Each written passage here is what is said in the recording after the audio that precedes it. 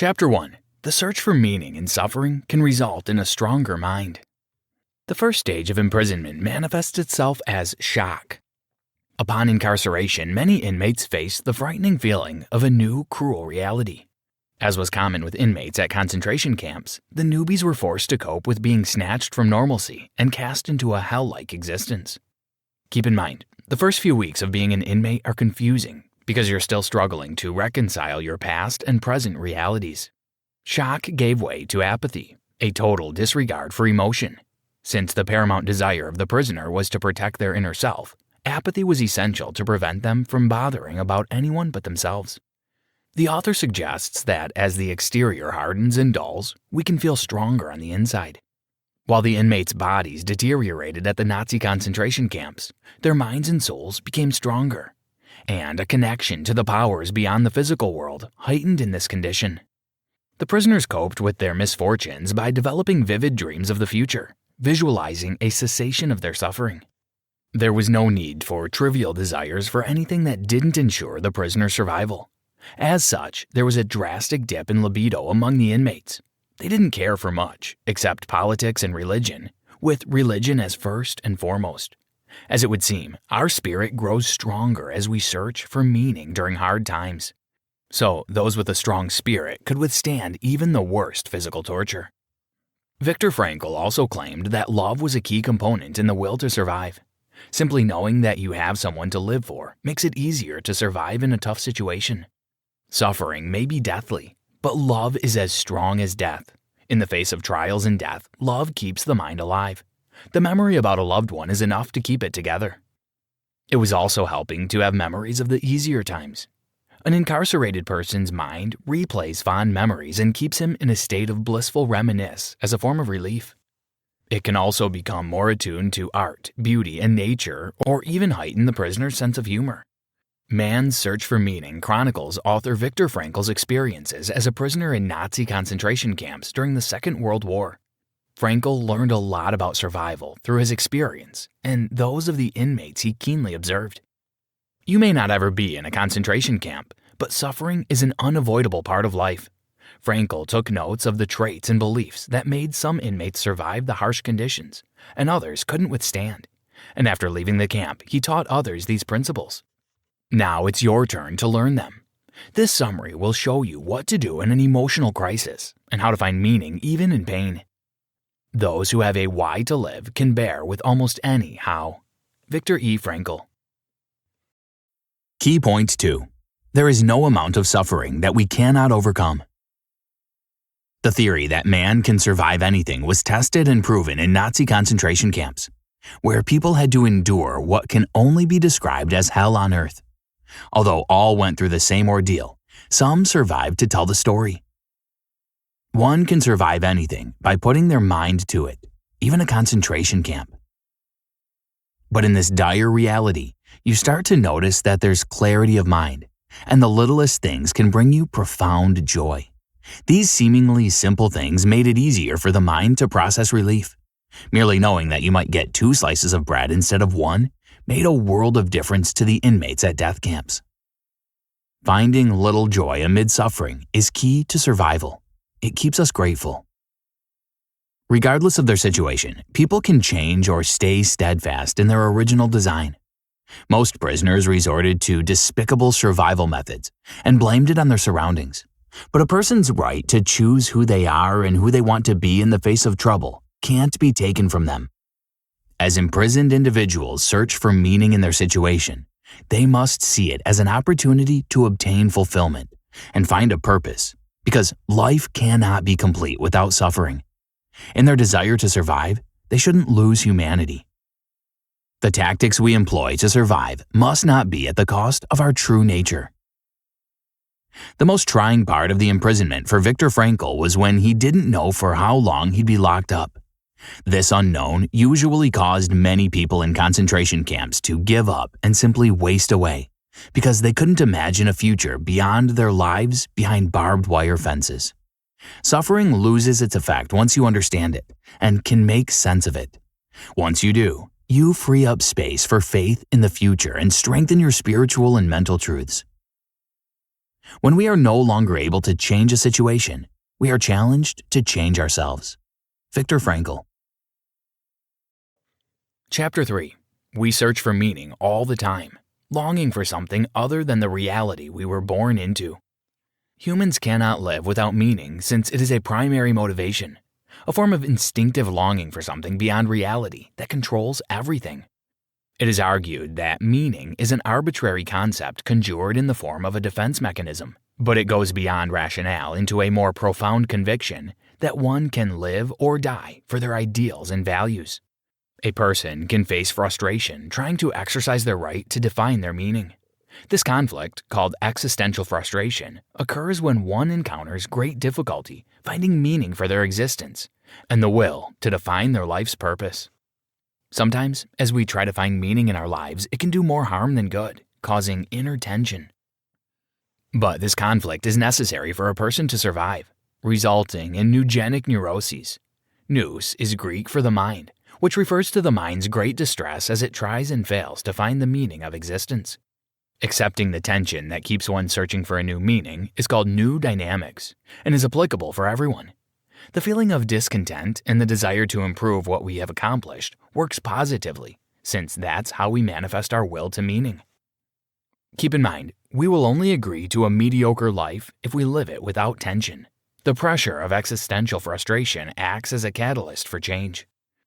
However, people often suffer from a constant feeling of meaninglessness, termed the existential vacuum. This sense of isolation, inherent to the modern generation, is caused by the emptiness of a meaningless existence that leaves a deep feeling of boredom, causing aggression, depression, and addiction, which often culminate in suicide. In these times of mental distress, logotherapy, the psychoanalytic treatment that employs a search for logos or meaning, can help. It can fill the vacuum with a definite purpose and prevent a relapse into destructive habits. Did you know? Jewish people were excluded from public life on September 15, 1935, when the Nuremberg Laws were issued.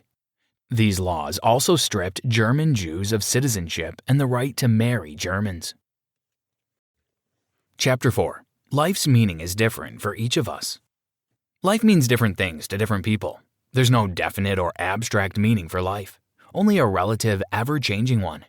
Thus, we can only define life's purpose in a given time, situation, or person. So don't ask, what is life? But instead, what is life for me? Logotherapy hands patients the awareness of their role in defining their existence.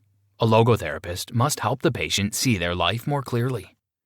A patient can find meaning in one of three ways: performing an action that distracts them from the pain and makes them feel fulfilled, experiencing something meaningful or interacting with someone whose company they enjoy, or developing a positive attitude toward unavoidable suffering.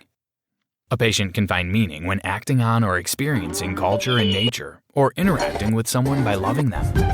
Love is the one way to encounter another person's core and know their true being. It makes it possible to see a person's traits and potential and help them unleash them. In logotherapy, love isn't merely sex, but the primary instinct from which the desire to have sex is born. And as such, sex is merely one of the many ways of expressing love. Remember, love encourages full disclosure. If you wish to find meaning in your life, love yourself first. The third way of finding meaning is to suffer.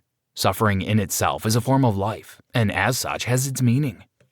One can seek meaning from this state, but suffering is not necessary for meaning. Is there an ultimate meaning then?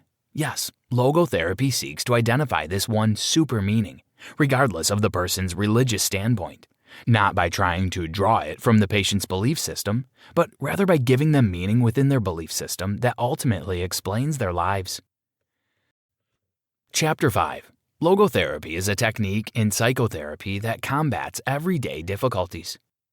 We've had brief mentions of logotherapy in contrast to psychotherapy, but here we'll go a little deeper into the details of the technique and what it aims to achieve. Logotherapy has developed a special technique to help individuals face everyday difficulties like fear. It finds a starting point common in neurotic patients, anticipatory anxiety, that makes the sufferer fear something that may happen in the future. This is termed hyperintention and has a similar condition known as hyperattention, which can lead to sickness. A patient pays undue attention to a condition, and its symptoms get inflicted by it. Remember, the fear that something might happen can cause it to happen. The technique, paradoxical intention, helps fix such a condition. It aims to rid one of the anticipatory fears by engaging a patient in thoughts that can cause the intended effects. For example, if you're scared of sweating in public, you should think, I should sweat even more this time. The logic is that you reverse your attitude toward the problem, perceiving it as a challenge. Don't forget, reverse psychology can force the body to negate the anxiety prompts in your head. As logotherapy seeks to combat neurosis, it first approaches it in relation to the age of the sufferers. For most, a neurosis is a form of nihilism, the belief that man is nothing but the result of biological, psychological, and sociological conditions, or the product of heredity and environment. This feeling of nothingness isn't any different from the existential vacuum from earlier. Logotherapy states with certainty that man indeed is nothing but a finite being that isn't just a product of an environment, but the one in charge of what the environment makes of him. Chapter 6. Optimism helps us make sense of the senseless sufferings. Man can always determine his nature in the face of any situation because there exists no condition that can completely rid him of freedom. Thus, even in a neurotic state, the patient has a residue of freedom to decide to be cured or stay in this condition. Keep in mind, our thoughts reflected in our bodily reactions profoundly influence us. We all have the power to choose our responses, even in the face of extreme difficulties. A person can seek refuge in love or a higher appreciation for the life he once had before the suffering. The author believes that one possesses pan-determinism. No matter what, one can rise to challenge the situation and not be trodden down by it. This approach to life is known as tragic optimism, believing that there is some good in seemingly hopeless situations. In logotherapy, tragic optimism seeks to turn suffering into a human achievement, use guilt to better oneself, draw incentive from life's transitory nature. The state can't be forced, hyperintention, since we need a reason to feel emotions. Don't forget, tragic optimism is the search for meaning during hard times, and it can lead to a positive outcome and create a deeper sense of purpose in people. One can learn to be tragically optimistic if one can tell oneself to find the greater meaning in one's suffering, not give up, or turn to immediate pleasure, drugs, sex, and even crime. The logotherapist must help a patient find their remaining part and reinvigorate it, replacing the void that eats away the soul. Conclusion. We are confronted with unpleasant moments in our lives daily, or for some like the prisoners of Auschwitz, we live a life of suffering. How we react to these circumstances is entirely up to us. No matter how dire, a situation cannot change who you are and will be, so you must seek the meaning of this life yourself and make peace with it now. Envision a future for yourself beyond suffering. A life devoid of meaning or desire for a future will make you burn out soon. The inmates of concentration camps were subjected to the worst conditions possible. Some made it out with their souls and minds intact and remained good people because instead of letting the situation define their lives, they sought meaning and answers to the questions life gave them. We cannot exist without meaning and will spend our lives searching for it. It is important that we don't get trapped in the cycle of distress associated with the existential crisis we face. The trick is to realize that there's no fixed meaning to life. So you should create this meaning for yourself. You are the captain of your ship. Don't perceive suffering as an unnecessary part of life because pain helps us grow. However, aggravating events test our personalities since we face the choice to stay kind or do bad things to avenge the circumstances. Remember that we always have the freedom to choose how to behave. When we are no longer able to change a situation, we are challenged to change ourselves. Viktor E. Frankl. Try this. Tragedies are normal parts of life, and we will all have our fair share of them. But we can learn to respond in positive ways, like practicing tragic optimism. When faced with challenging and painful life situations, tragic optimism is all about finding hope and meaning. Another related tragedy for surviving pain is holding on to your closest and most meaningful relationships.